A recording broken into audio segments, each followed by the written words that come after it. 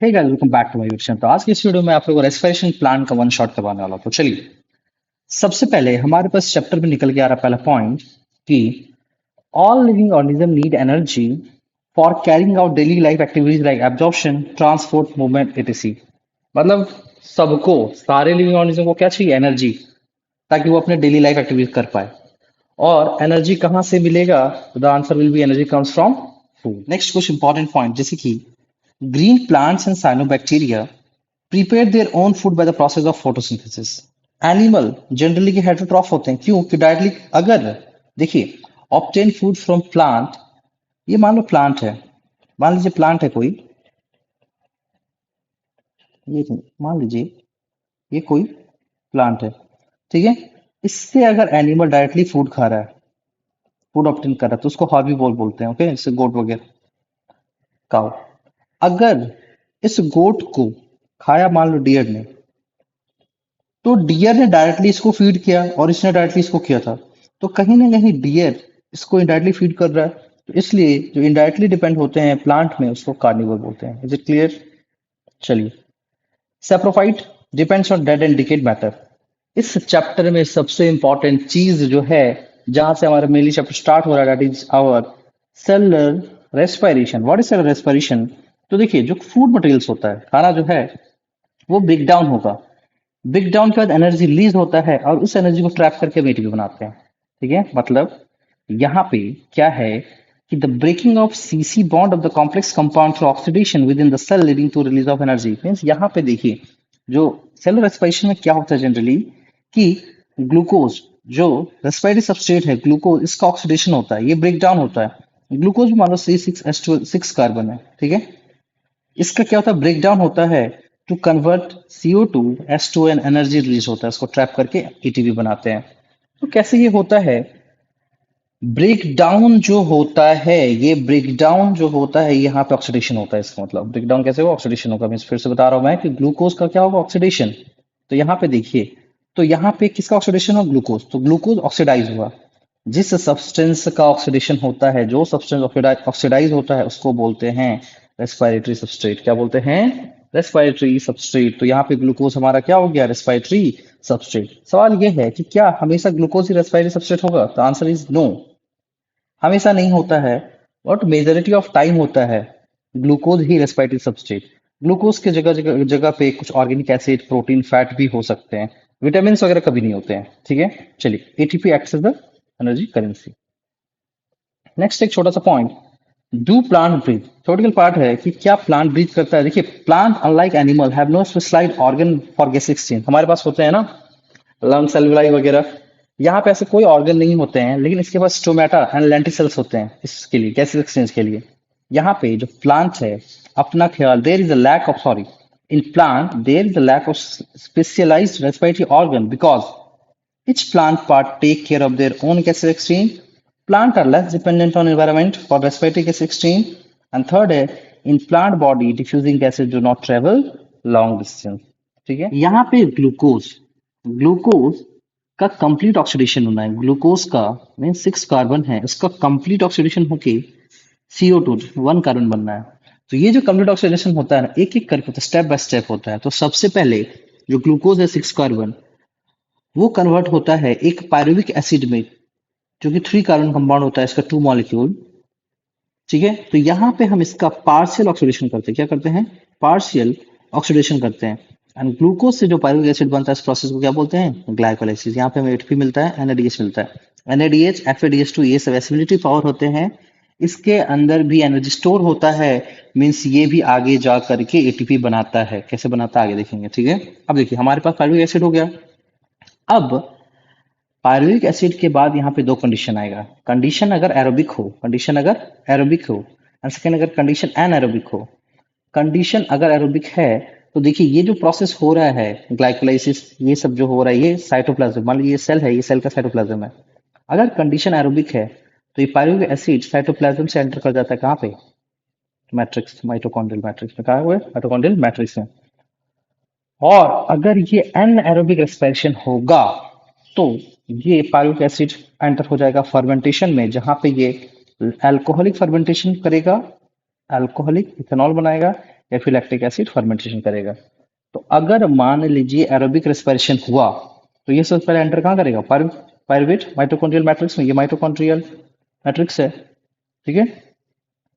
Pyruvate enter करके अब ये नया रिएक्शन पे एंटर करेगा, लिंक रिएक्शन में। कहाँ एंटर करेगा? लिंक रिएक्शन में। यहाँ देखिए CO2 रिलीज हो रहा है, NADH बनेगा। लिंक रिएक्शन के बाद ये एंटर करेगा कहाँ पे? क्रेब्स साइकिल में। क्रेब्स साइकिल में देखिए यहाँ पे दो CO2 रिलीज हो रहा है, NADH बनते हैं, FADH2 बनते हैं। सवाल ये है ये NADH एंड FADH2 क्या है? तो सवाल का आंसर ये है कि NADH एंड FADH2 ये सब एसिडिटी पावर है, ये भी एटीपी बनाएंगे। एटीपी कैसे बनाएंगे? तो जब हम इसको ETS में ले जाके ऑक्सीडाइज करेंगे। फिर से मैं बोल रहा हूँ, NADH FADH2 ये दोनों क्या हैं? ये सब क्या है? एसिडिटी पावर है, ये एटीपी बनाते हैं। क्या बनाते हैं? एटीपी। एटीपी कैसे बनाएंगे?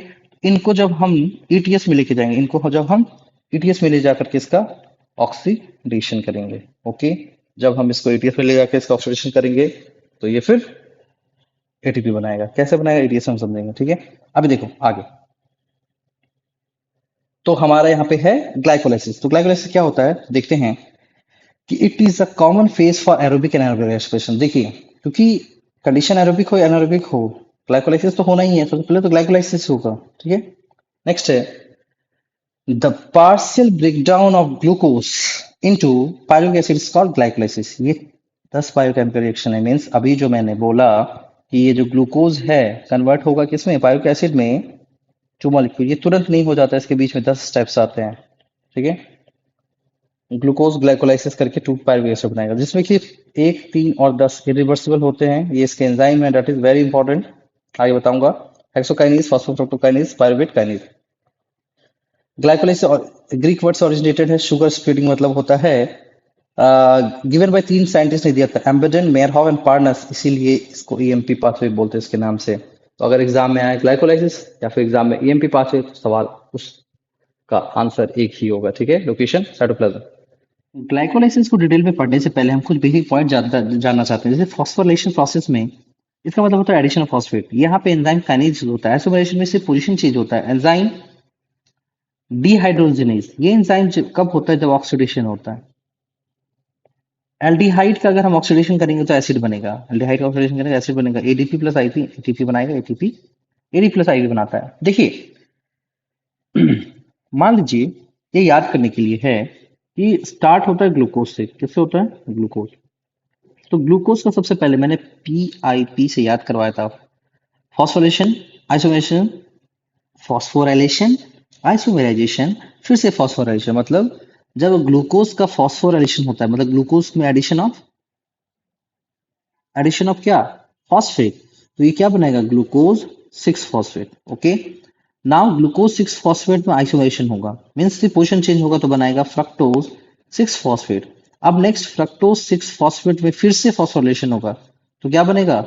Fructose 1,6 bis phosphate. अब ये सब जो है ये 6 कार्बन है। अब ये फाइनली ब्रेक डाउन होगा 2 मॉलिक्यूल में। यहाँ पे 2 सब्सटेंस बनेंगे। पहला है DHAP, di hydroxy acetone phosphate, जो कि 3 कार्बन होता है, एंड 3 फॉस्फोग्लिसल्डिहाइड। फॉस्फोग्लिसल्डिहाइड 3 फॉस्फोग्लिसल्डिहाइड, ये भी 3 कार्बन का होता है, ओके।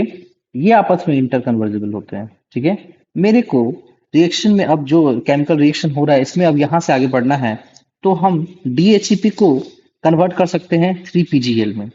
मीन्स ये मैं बोल रहा हूँ DHAP को कन्वर्ट कर सकते हैं हम 3PGL में। तो मान लीजिए पहले 3PGL एक था, अब DHAP को भी कन्वर्ट कर दिया।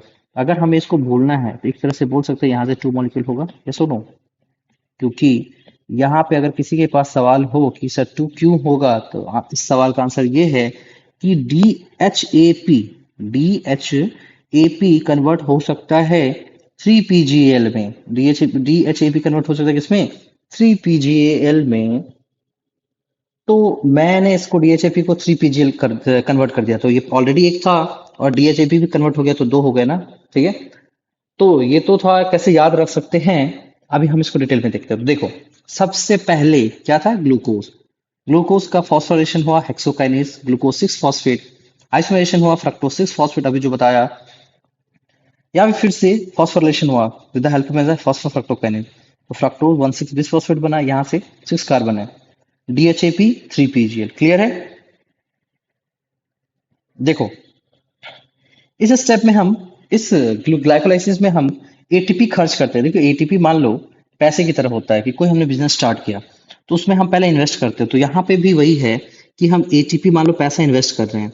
तो बिजनेस में क्या हो रहा है, अगर मान लो वो बिजनेस प्रॉफिटेबल है तो पहले हम पैसा इन्वेस्ट करते हैं और फिर हमें पैसा और उससे मिलता है। तो यहाँ पे हमने पहले एटीपी इन्वेस्ट किया, यहाँ पे एटीपी इज एनर्जी करेंसी, पैसा समझना है। एटीपी इन्वेस्ट करेंगे एंड हमें मिलेगा भी एटीपी ही, ठीक है। तो अगर ज्यादा एटीपी मिला तो हमें वहां पे प्रॉफिट हो रहा है, और कम एटीपी मिला तो हमें लॉस हो रहा है। समझ में आया?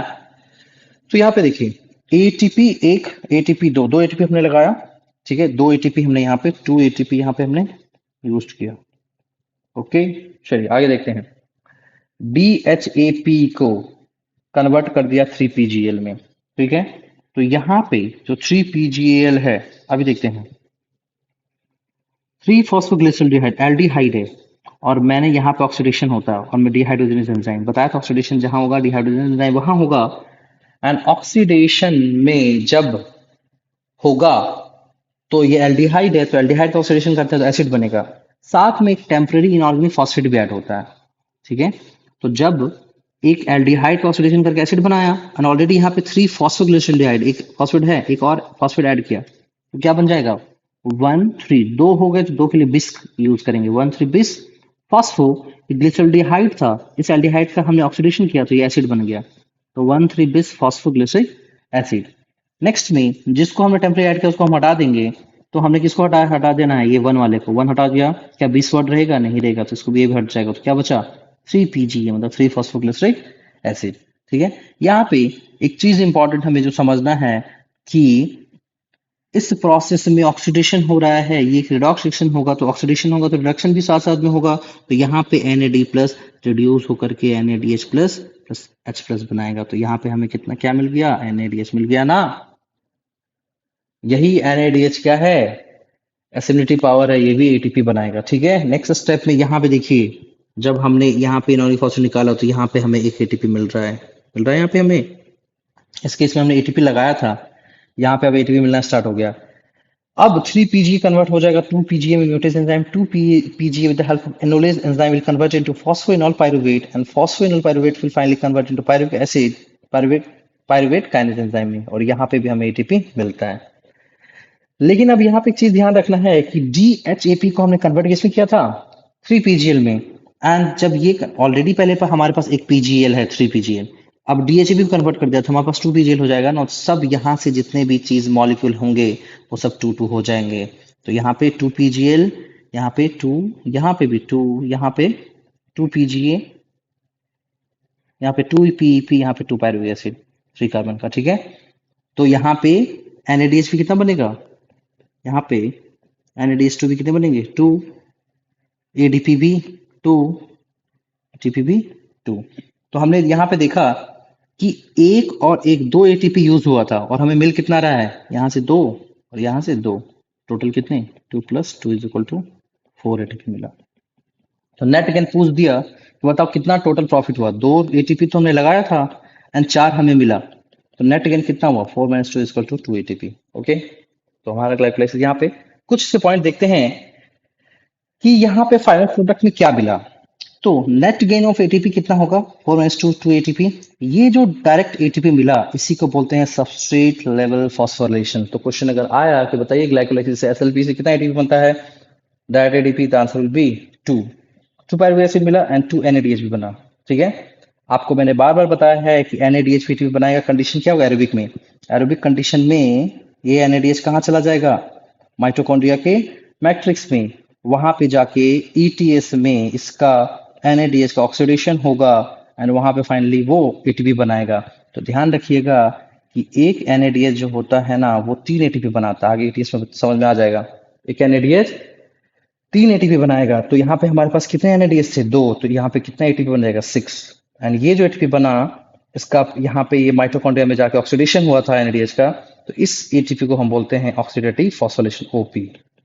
तो सवाल ये है कि अगर क्वेश्चन में आया कि ग्लाइकोलाइसिस का बताइए एसएलपी से एटीपी कितना होगा, तो आंसर भी 2।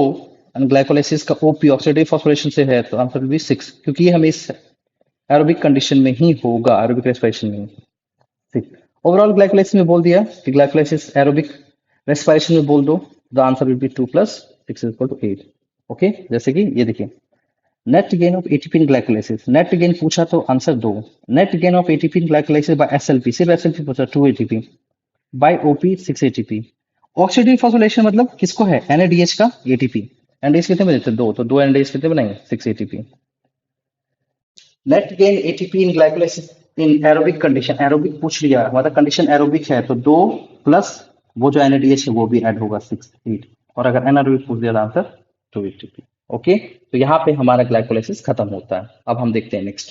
नेक्स्ट हमारा टॉपिक है एरोबिक रेस्पिरेशन। तो देखो, ग्लाइकोलाइसिस हमने पढ़ लिया। What is aerobic respiration? तो complete oxidation of organic substance like glucose in the presence of oxygen, release of CO2 S2 and high amount of energy. Pyruvic acid, अभी मैंने बताया आपको कि ग्लूकोज से क्या बना है हमने, पायरुविक एसिड बनाया कि नहीं। अब पायरुविक एसिड का फेट देखते हैं कि ये अगर एरोबिक हो, ये अगर एरोबिक हो तो ये एंटर कहाँ करेगा, साइटोप्लाज्म से माइटोकॉन्ड्रिया का मैट्रिक्स में। ओके, अभी देखेंगे मैट्रिक्स में दो चीज होता है, here two crucial event takes place. ये दो बॉक्स है, इसका मतलब मैं अभी आपको बताऊंगा। इसका मतलब ये क्रैब साइकिल के बारे में है एंड ये ईटीएस के बारे में है, ये अभी आपको आगे समझ में आएगा। तो देखिए, पायरुवेट एंटर कहाँ करता है, माइटोकॉन्ड्रिया का मैट्रिक्स में। ठीक है, अभी जो डायग्राम बनाया था, ग्लूकोज से पायरुवेट एसिड हो गया, कंडीशन एरोबिक है ना, एरोबिक में कहाँ एंटर कर गया, माइटोकॉन्ड्रियल मैट्रिक्स में। अब ये लिंक रिएक्शन में एंटर करेगा। तो देखिए, नाउ पायरुवेट, पायरुवेट हो या पायरुविक एसिड हो एक ही चीज है। Now pyruvate undergoes oxidative decarboxylation. Oxidative decarboxylation मतलब ऑक्सीडेशन भी होगा एंड डिकार्बोक्सिलेशन भी होगा। डिकार्बोक्सिलेशन मतलब removal of CO2 and oxidation. ठीक है, इसी प्रोसेस को लिंक रिएक्शन बोलते हैं। इस प्रोसेस क्या बोलते हैं, लिंक रिएक्शन बोलते हैं। यहाँ पे एंजाइम होता है pyruvic dehydrogen use cofactor NAD+, coenzyme Mg magnesium +2, ये सब NAD+, कोएंजाइम में ये सब यूज होता है। ठीक है, अभी देखो यहाँ पे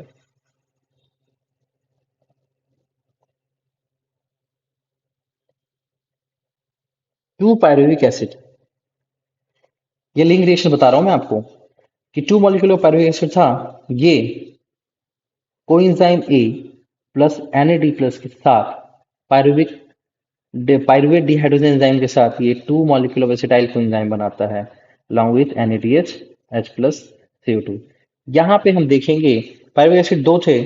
ठीक है, इसका कंक्लूजन ये है, लिंक रिएक्शन का कंक्लूजन ये है कि लिंक रिएक्शन में हमने टू एसिटाइल कोएंजाइम ए बनेगा, क्योंकि यहाँ पे ऑक्सीडेटिव डिकार्बोक्सिलेशन हुआ है। क्या हुआ, ऑक्सीडेटिव डिकार्बोक्सिलेशन मतलब CO2 रिमूव हुआ है। तो एक 3 कार्बन था तो ये 2 कार्बन का कंपाउंड होगा। ओके, CO2 रिमूव होकर के ऑक्सीडेशन हुआ था NADH।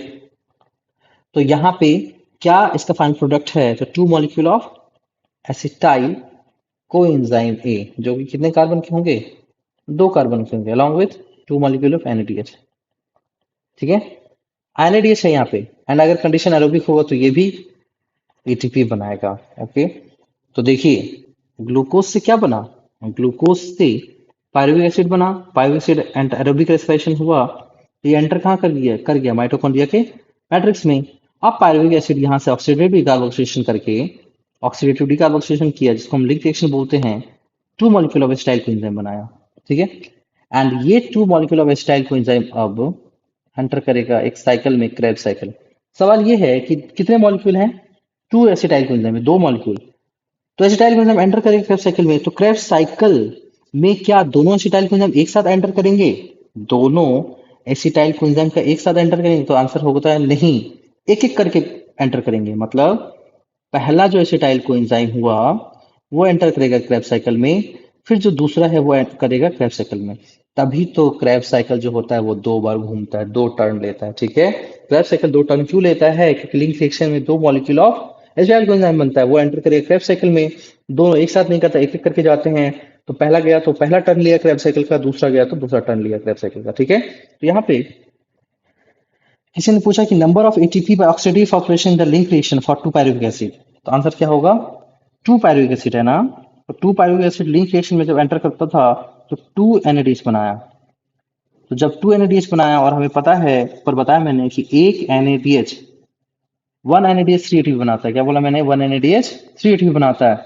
तो टू एनएडीएच कितना बनाएगा, 6 एटीपी। टू एनएडीएच कितना बनाएगा, 6 एटीपी बनाएगा। ओके, टू एनएडीएच 6 एटीपी बनाया, आंसर यहाँ पे 6 एटीपी होगा। नेक्स्ट है number of ATP by OP in the relation for one pyruvic acid. अगर वन पायरुविक एसिड पूछेगा तो देखिए, वन पायरुविक एसिड एंटर होगा तो वन एसिटाइल कोएंजाइम बनेगा प्लस वन एनएडीएच बनेगा। और जब वन एनएडीएच हो गया तो कितने टी बनेंगे, सिगरेट बनेंगे। ठीक है। Now acetyl coenzyme enters the cyclic pathway that is Krebs cycle, जो अभी ऊपर बताया। Remember two acetyl coenzyme do not undergo Krebs cycle together, they undergo Krebs cycle simultaneously, मतलब एक एक करके जाएंगे। Other name of Krebs cycle को हम बोलते हैं TCA cycle, tricarboxylic acid cycle या सिट्रिक एसिड साइकिल। आगे अब हम Krebs साइकिल पढ़ने वाले हैं। ओके, तो देखिए, तो हमने फाइनली ग्लाइकोलाइसिस पढ़ लिया एंड क्या पढ़ लिया, लिंक रिएक्शन पढ़ लिया। ग्लूकोज से क्या बना लिया, to molecule of pyruvic acid. इस प्रोसेस को क्या बोल दिया, ग्लाइकोलाइसिस। अब ये to molecule of pyruvic acid से बना दिया टू एसिटाइल कोएंजाइम ए। क्या बना दिया, two acetyl coenzyme A. Two molecule of pyruvic acid क्या हो गया, थ्री कार्बन, ये टू कार्बन। इस प्रोसेस को क्या बोल दिया, लिंक रिएक्शन। अब ये टू एसिटाइल कोएंजाइम, अब ये टू एसिटाइल कोएंजाइम एंटर करेगा कहाँ पे, क्रैब साइकिल में। दो है तो ये पहला एसिटाइल कोएंजाइम एंटर करेगा एंड फिर ये दूसरा करेगा, तो क्रैब साइकिल कितने बार चलेगा, दो बार चलेगा। तो ठीक है, यहाँ पे कंप्लीट हुआ हमारा ये टॉपिक। अब हम नेक्स्ट आप आगे पढ़ेंगे क्रैब साइकिल। तो देखिए, क्रैब साइकिल में हमारा सबसे पहले है, इसको टीसीए साइकिल भी बोलते हैं। तो कुछ स्टेप्स होते हैं इसके, हम याद करेंगे आगे। जैसे कुछ रिएक्शन होते हैं, जैसे CIO करके मैं बताया, कंडेंसेशन होता है, isomerisation, oxidation, decarboxylation, oxidative decarboxylation, phosphorylation, oxidation, hydration, oxidation. नहीं समझ में आ रहा है, अब देखते हैं कि मान लीजिए ग्लूकोज से टू मॉलिक्यूल पायरुविक एसिड बना, इसने एंटर किया लिंक रिएक्शन में, टू एसिटाइल कोएंजाइम हो गया। अब यहां से एक एसिटाइल कोएंजाइम एंटर करेगा क्रैब साइकिल में। तो क्रैब साइकिल में सबसे पहले ये टू कार्बन का है, तो ये एक फोर कार्बन का मॉलिक्यूल ऑक्सीजन और एसिटिक एसिड के बाद जाता है। यहां से ये कंडेंसेशन करके सिट्रेट बताता है। सिट्रेट के बाद ये आइसोसिट्रेट होता है, जिसको हम बोलते हैं आइसोमराइजेशन। आइसोमराइजेशन, अब ये आइसोसिट्रेट कन्वर्ट होगा ऑक्जेलोसक्सिनेट में। Oxalosuccinate will convert into 5 alpha ketoglutarate. देखिए, यहाँ पे 6 कार्बन थे और एक CO2 निकल रहा है, मतलब डिकार्बोक्सिलेशन हो रहा है, 5 कार्बन बच गए।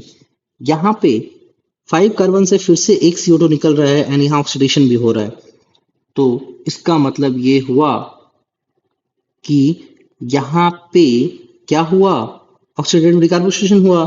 तो ये 5 कार्बन से एक CO2 निकला तो एक 4 कार्बन बना, succinyl coenzyme A. Succinyl coenzyme A succinate बनाता है, सक्सिनेट फ्यूमेरेट बनाता है, फ्यूमेरेट मैलेट बनाता है 4 कार्बन, और ये फाइनली ऑक्जेलोएसिटिक एसिड बनाता है। यहाँ पे हम कुछ पॉइंट को ऑब्जर्व कर रहे हैं कि किस किस स्टेप में ऑक्सीडेशन हुआ है। तो यहाँ पे देखिए, पहला स्टेप, ठीक है, यहाँ पे दूसरा स्टेप, यहाँ पे तीसरा स्टेप, यहाँ पे चौथा। 4 जगह ऑक्सीडेशन हुआ है। यहाँ पे अंतर क्या है, 3 जगह NADH बने हैं, 3 जगह NADH बने हैं एंड एक जगह FADH2 बना है। एंड यहाँ पे फॉस्फोरेशन में GTP बना है, एक GTP जो कि एक ATP के बराबर होता है। तो अगर मैं बोलूं कि इस क्रैब साइकिल में फाइनल प्रोडक्ट क्या मिला, क्या बोलोगे, इस क्रैब साइकिल में एक टर्न हुआ है, 1 टर्न का क्रैब साइकिल, 1 टर्न का क्रैब साइकिल में हमें 3 NADH मिला है, 1 FADH2 मिला है एंड 1 GTP मिला है। अभी देखिए, एक NADH कितने ATP के बराबर होते हैं, 3। एक FADH2 दो ATP बराबर, और 1 GTP 1 के बराबर। तो अगर मैं पूछूं कि वन बताओ, 1 टर्न ऑफ क्रैब साइकिल में कितने ATP बनेंगे, तो ये क्या बोलोगे, 3 इंटू 3 इक्वल टू 9, 1:2, 2 और 1, क्योंकि एक GTP एक ATP के बराबर है। तो एक टर्न ऑफ क्रैब साइकिल में हमारे पास 12 ATP बनता है। तो किसी ने पूछा क्रैब साइकिल में कितना बनेगा, तो आंसर विल बी 24। क्यों, यहाँ पे एक ही एसिटाइल कोएंजाइम एंटर हुआ ना, एक ही टर्न। क्रैब साइकिल हमेशा 2 टर्न लेगा और एक टर्न में 12 ATP बनता है, तो 2 टर्न में कितना हो जाएगा, 24 ATP। Answer will B 24। तो देखिए,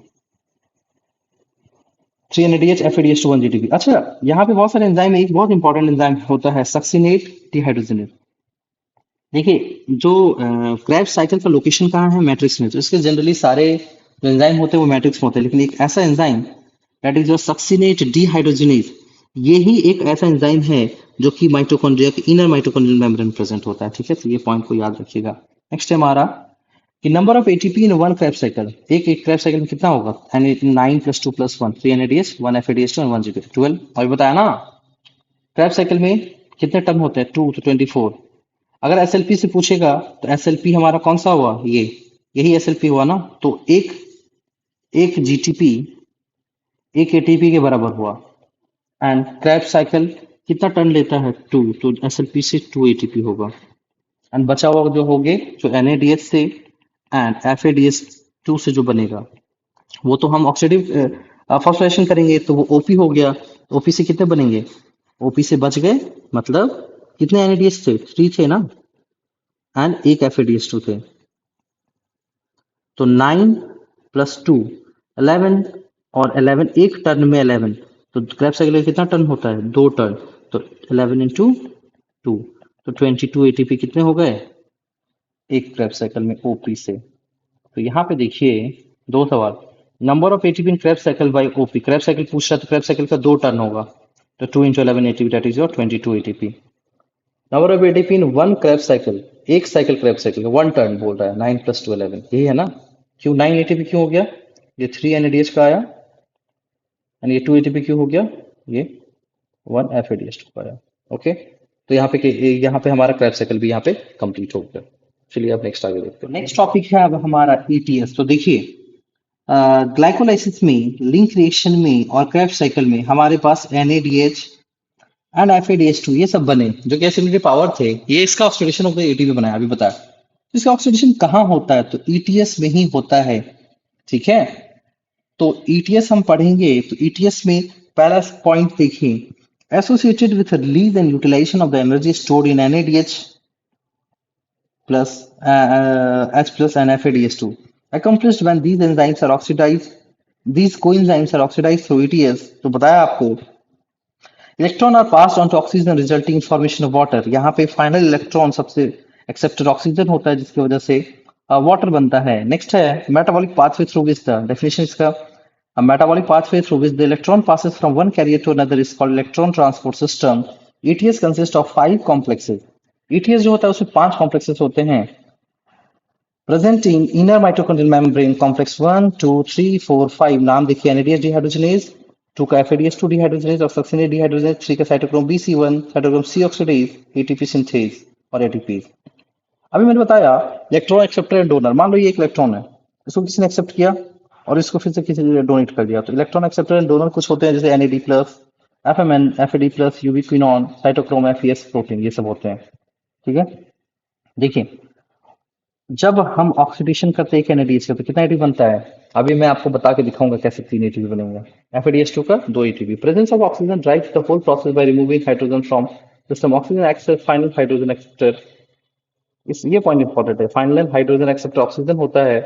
ऑक्सीडेटिव फॉस्फोराइलेशन पढ़ेंगे। हम यहाँ पे ईटीएस को देखते हैं तो देखिए यहाँ पे ये मैट्रिक्स है, ये इनर माइटोकॉन्ड्रियल मेम्ब्रेन है, ये इंटर मेम्ब्रेन स्पेस है। पहले ये माइटोकॉन्ड्रियल स्ट्रक्चर आपको बता रहा हूँ। ठीक है, अब मैं ईटीएस का मेन मोटो क्या है? NADH FADH2 में जो इलेक्ट्रॉन है, सॉरी इसमें जो ये एसिडिटी पावर है,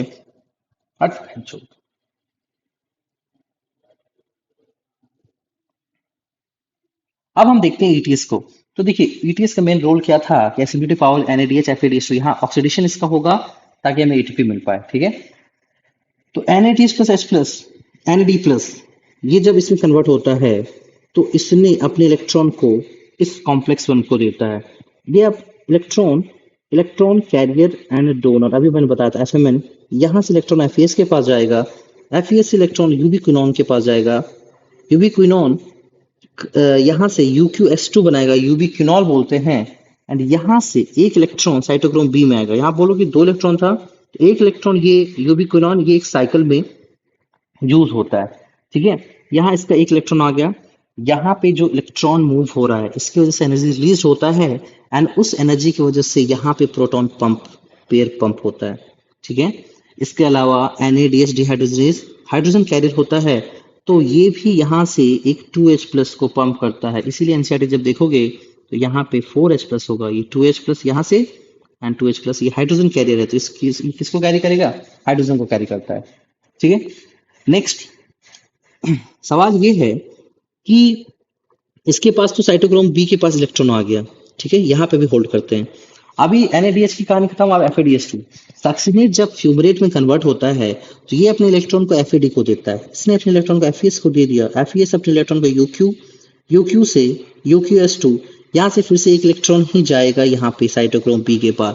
तो आपने एक चीज नोटिस किया कि यहाँ से भी साइटोक्रोम के पास एक इलेक्ट्रॉन जाता है, यहाँ से भी साइटोक्रोम के पास, साइटोक्रोम बी के पास एक इलेक्ट्रॉन जाता है।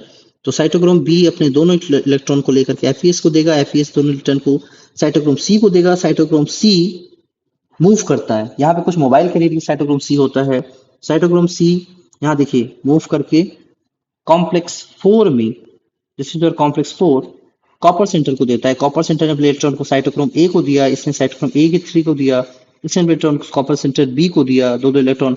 एंड फाइनली यहाँ पे मैंने बताया था ऑक्सीजन के पास चला जाता है एंड वाटर बन जाता है, ठीक है। यहाँ पे भी सेम, इसके वजह से यहाँ पे 2H प्लस पंप होता है, एक हाइड्रोजन पेयर, ठीक है, प्रोटॉन पेयर। नेक्स्ट इसके अलावा यहाँ पे हमारे पास मैंने बताया यूबी क्विनॉन, यहाँ से इससे भी एक प्रोटॉन पेयर पंप होता है। तो 2H प्लस इसलिए यहाँ पे क्या दिखाया गया, 4H प्लस दिखाया गया, ठीक है। नेक्स्ट सवाल यहाँ पे है, कॉम्प्लेक्स 2 से कोई प्रोटॉन पंप नहीं पेयर होता है, क्योंकि यहाँ पे ये जो है ये ट्रांस मेम्ब्रेन प्रोटीन नहीं होता है। ये कौन, सक्सिनेट डिहाइड्रोजिनेट, ठीक है। अभी नेक्स्ट यहाँ पे हमारा हो गया इस कॉम्प्लेक्स 4 में, तो इस कॉम्प्लेक्स 4 से भी यहाँ पे प्रोटॉन पेयर, एक यहाँ पे प्रोटॉन पेयर पंप होता है। तो आप हम यहाँ पे देख रहे हैं कि यहाँ पे बहुत सारे प्रोटॉन आ गए हैं, प्रोटॉन पेयर। तो यहाँ पे प्रोटॉन मोटिव फोर्स जनरेट हो जाता है, ठीक है। इलेक्ट्रोकेमिकल ग्रेडियंट कहाँ पे, इस इंटरमेम्ब्रेनस स्पेस में, हर तरफ से प्रोटॉन आने की वजह से, ठीक है। तो यहाँ पे जब बहुत सारे H प्लस आ जाते हैं तो इलेक्ट्रॉन मोटिव फोर्स जनरेट हो जाता है, जिसकी वजह से अब वापस इलेक्ट्रॉन कहाँ से, इस पेरी माइटोकॉन्ड्रियल स्पेस से वापस कहाँ की ओर जाने लगता है, तो मैट्रिक्स की ओर जाने लगता है। तो यहाँ पे ये कॉम्प्लेक्स 5 के थ्रू वापस मैट्रिक्स की ओर जाने लगता है। एंड जब एक 2H प्लस जाता है, जब एक 2H प्लस जाता है तो बदले में यह यहाँ पे एक ATP को बना देता है। तो फिर क्या बोल रहा हूँ यहाँ पे, ये देखिए, यहाँ से 2H प्लस गया और ATP बन गया। तो मेन मोटो क्या था इसका, NADH और FADH2 का ऑक्सीडाइज होकर के ATP बनाना। इसको थोड़ा डिटेल में भी नीचे देखूंगा, यहाँ पे और समझ में आएगा कैसे होता है। तो ये एंजाइम है ATP। सवाल अगर आएगा कि किसमें ये प्रोटॉन पंप नहीं होता है, उसका आंसर कॉम्प्लेक्स 5 में एंड कॉम्प्लेक्स 2 में नहीं होता है, ठीक है। कॉम्प्लेक्स 5 को थोड़ा डिटेल में और देखते हैं, तो यहाँ पे देखें सबसे लास्ट में, ये जब प्रोटॉन पंप यहाँ पे होता है, तो यहाँ पे F0 पार्टिकल F1 होते हैं और ये ATP बनाता है। Energy release during the ETS is utilized in synthesizing of ATP with the help of complex 5, two major component F1 F1 integral membrane protein and ये पेरिफेरल मेम्ब्रेन प्रोटीन होता है complex. For each ATP produce proton pump, proton pair 2H plus passes from F0 to F1, ठीक है। Next देखिए,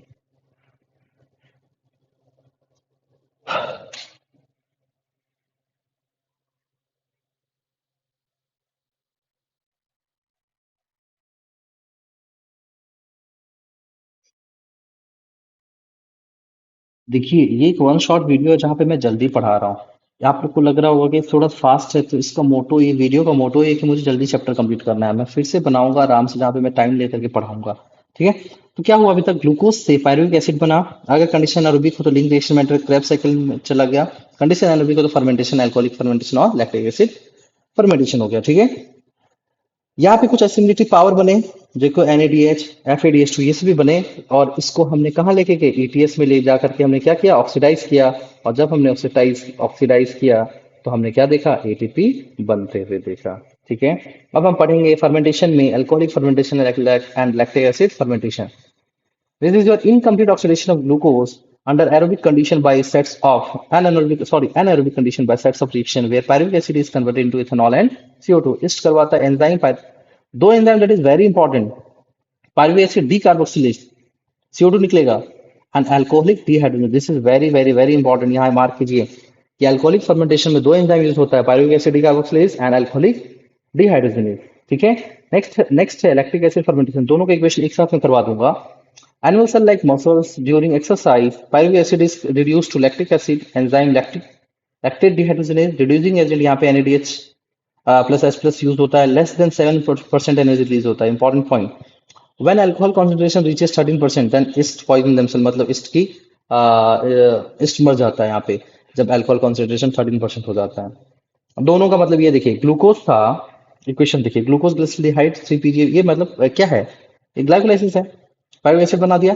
अभी condition, अब क्या है यहाँ पे कंडीशन, एनारोबिक है, फर्मेंटेशन हो रहा है, सिंपल, लैक्टेट डिहाइड्रोजनेज में क्या बन गया, लैक्टिक एसिड बन गया।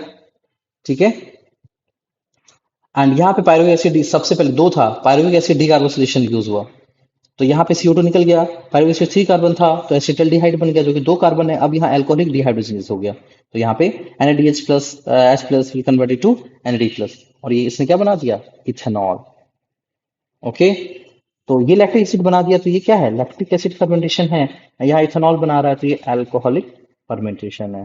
Okay, ATP balance sheet, aerobic respiration अगर हो, ग्लाइकोलाइसिस में SLPC2 OP68, लिंक रिएक्शन में 6, क्रैब साइकिल में 24, टोटल कितने हो गए 38 या कभी कभी 36, ये शटल सिस्टम को फॉलो करता है। ठीक है। नेक्स्ट देखिए, फर्मेंटेशन और एरोबिक रेस्पिरेशन के बीच का difference, fermentation is your incomplete breakdown of glucose, यहाँ पे कंप्लीट ऑक्सीडेशन होता है, नेट गेन यहाँ पे 38 या 36 होगा। फर्मेंटेशन में सिर्फ और सिर्फ कितने एटीपी होंगे, 2 एटीपी। यहाँ पे आप हमने नहीं देखा फर्मेंटेशन में कहीं एटीपी बनते हुए। ओके, नेक्स्ट आगे बढ़े। नेक्स्ट हमारा एम्फिबॉलिक पाथवे, एम्फिबॉलिक पाथवे क्या होता है, glucose is the favour substrate for respiration, बताया था, हमेशा जरूरी नहीं है कि ग्लूकोज होता है, all carbohydrate usually first converted into glucose, जैसे कि ये मान लीजिए कार्बोहाइड्रेट है, कोई भी सिंपल शुगर ग्लूकोज अगर कन्वर्ट होगा, ये ग्लाइकोलाइसिस करते हुए पायरुविक एसिड बनाएगा, पायरुविक एसिड लिंक रिएक्शन के थ्रू एसिटाइल कोएंजाइम बनाएगा, एसिटाइल कोएंजाइम एंटर कहाँ करेगा, क्रेब्स साइकिल में। अगर मान लीजिए प्रोटीन हो, तो प्रोटीन क्या करेगा, प्रोटीन सबसे पहले अमीनो एसिड ब्रेक करता है, अमीनो एसिड क्या बनाएगा, डीएमिनेशन प्रोसेस पायरुविक एसिड बनाएगा, पायरुविक एसिड बन गया तो ये एसिटाइल कोएंजाइम फिर से लिंक रिएक्शन में। मतलब यहाँ पे मैं बता रहा हूँ, ये जरूरी नहीं है कि हमेशा ग्लूकोज ही रेस्पिरेटरी सबस्ट्रेट हो, अगर प्रोटीन हो तो ये कुछ ऐसा चलेगा पायरुविक एसिड, अगर फैट हो तो ये सबसे पहले फैटी एसिड एंड ग्लिसरॉल बनाएगा, यहाँ से बीटा ऑक्सीडेशन करके एसिटाइल कोएंजाइम बनाएगा, एसिटाइल कोएंजाइम बन गया, अब ये क्रेब्स साइकिल में एंटर किया। ठीक है, तो यहाँ पे पता चल रहा है ना कि कुछ भी हो, तो आपको अगर क्रेब्स साइकिल में एंटर करवाना है तो ये प्रोसेस देख लीजिए, अगर फैट हो तो fat break down beta oxidation करके क्या बनाएगा, एसिटाइल कोएंजाइम करेगा, एंड अगर अमीनो एसिड हो तो ये पायरुविक एसिड बनाएगा, फिर जाकर के एसिटाइल कोएंजाइम बनाते हुए एंटर करेगा। ठीक है। रेस्पिरेटरी पाथवे को एम्फीबॉलिक बोला गया है, मतलब कैटाबॉलिज्म भी होगा एनाबॉलिज्म भी होगा। कैसे होगा, तो देखिए, फैट है, फैटी एसिड एंड ग्लिसरॉल बहुत लॉन्ग चेन ऑफ कार्बन होते हैं, इसका जब बीटा ऑक्सीडेशन करते हैं तो ये एसिटाइल कोएंजाइम कन्वर्ट होता है, मतलब एक बहुत लॉन्ग चेन है जो कि कन्वर्ट हो रहा है एक स्मॉल चेन में, तो कहीं ना कहीं ये बीटा ऑक्सीडेशन प्रोसेस, ये कैटाबॉलिज्म हुआ। ठीक है। वही एक प्रोसेस होता है जिसको बोलते हैं बायोसिंथेसिस। बायोसिंथेसिस में एसिटाइल कोएंजाइम जो कि 2 कार्बन का कंपाउंड है, ये कन्वर्ट हो जाता है एक फैटी एसिड में, तो हमने देखा एक छोटा मॉलिक्यूल 2 कार्बन जो कि एक लॉन्ग चेन बना रहा है, तो कहीं ना कहीं ये एनाबॉलिज्म हो गया। तो यहाँ पे हमने देखा इस फैट में कैटाबॉलिज्म भी हुआ और एनाबॉलिज्म भी हुआ, इसलिए हमने रेस्पिरेटरी पाथवे को क्या बोलते हैं, एम्फीबॉलिक पाथवे। ठीक है। नेक्स्ट टॉपिक है हमारा last, respiratory question, during aerobic respiration oxygen is consume and CO2 is release, RQ कैसे निकालते हैं, तो volume of CO2 evolved by volume of oxygen consumed. The most important thing about this is we have to learn the value of some respiratory substrate, जैसे कि carbohydrate, fats, protein, organic acid का एक से ज्यादा, carbohydrate का एक, बाकी इनका एक से कम, स्पेसिफिक याद करना है तो 0.7 0.9, कंफ्यूज हो जाते हैं, हमें NP नो प्रॉब्लम याद रखना है, N for 9, P for protein, 0.9 किसका होगा, प्रोटीन का होगा। ठीक है। नेक्स्ट यही हमारा केमियोस्मोटिक थ्योरी, केमियोस्मोटिक थ्योरी स्पेसिफिक क्या है, कॉम्प्लेक्स 5 है। ठीक है, जो अभी हमने देखा था कि फाइनली जब यहाँ पे पेरी माइटोकॉन्ड्रियल स्पेस में क्या हो गया, H प्लस ग्रेडियंट जनरेट हो गया, proton motive force, electrochemical gradient, तो यहाँ से वापस 2H प्लस पंप होता है, जिसकी वजह से एक ATP बनता है। एटीएस का ये कॉम्प्लेक्स 5 है, एटीपी सिंथेज। ठीक है, तो हमारा यहीं पे चैप्टर खत्म हो गया।